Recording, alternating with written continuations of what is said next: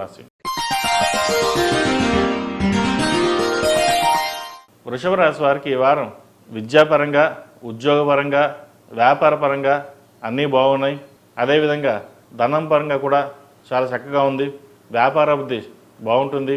ఉద్యోగంలో మంచి స్థిరత్వం ఏర్పడుతుంది. అయితే దశమంలో రాహు వీరికి అంత అనుకూలంగా లేదు.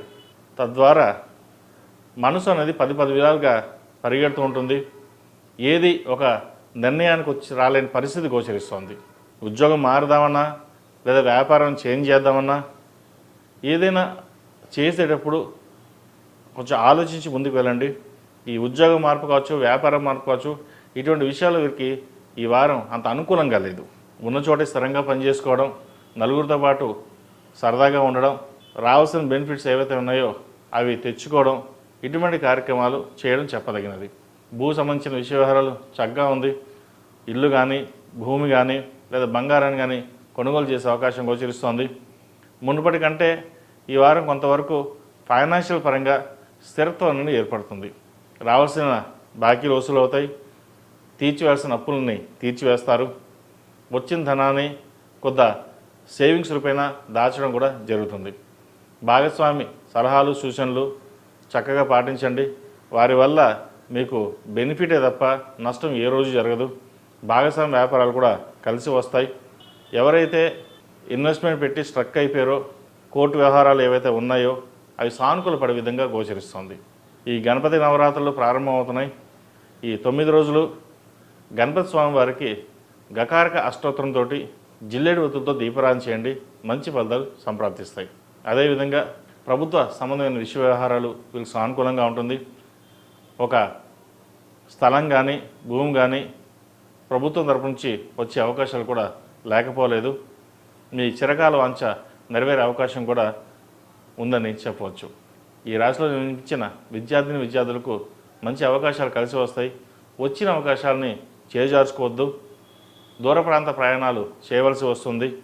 విదేశాలు వెళ్ళాలనుకునే వారికి కాస్త గడ్డుకాలం అని చెప్పచ్చు. వచ్చిన అవకాశాలు ఉపయోగించుకోవాలి. తర్వాత వెళ్దాం, తర్వాత చూసుకుందామంటే తర్వాత వెళ్ళే పరిస్థితి కూడా గోచరించడం లేదు. దశమంలో రాహు అంత బలంగా లేరు వీరికి.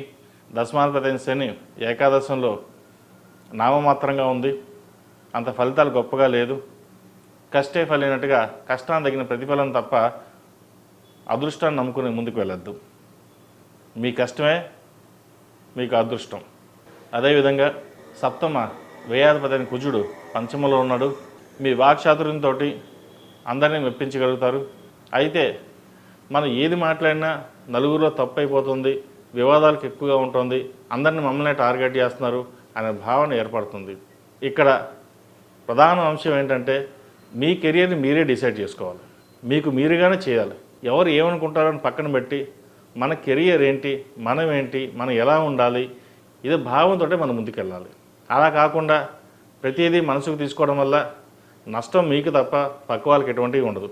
ఏదైనా 10 మంది మీ వల్ల వాళ్ళకి ఉపయోగం తప్పితే కానీ వాళ్ళ వల్ల మీకు ఎటువంటి ఉపయోగం ఉండదు. అలాంటప్పుడు మీ కెరియర్ని మీరే డిసైడ్ చేసుకోవడం చెప్పదగిన సూచన.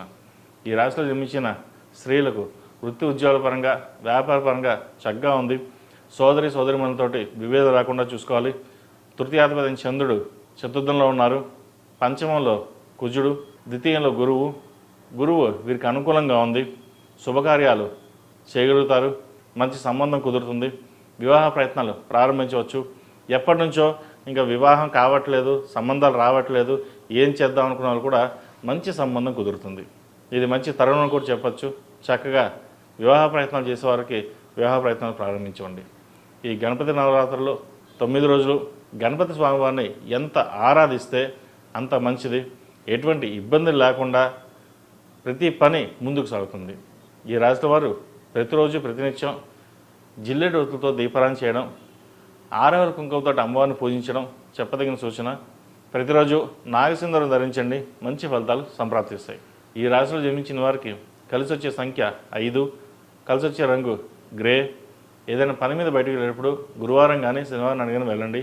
మంచి ఫలితాలు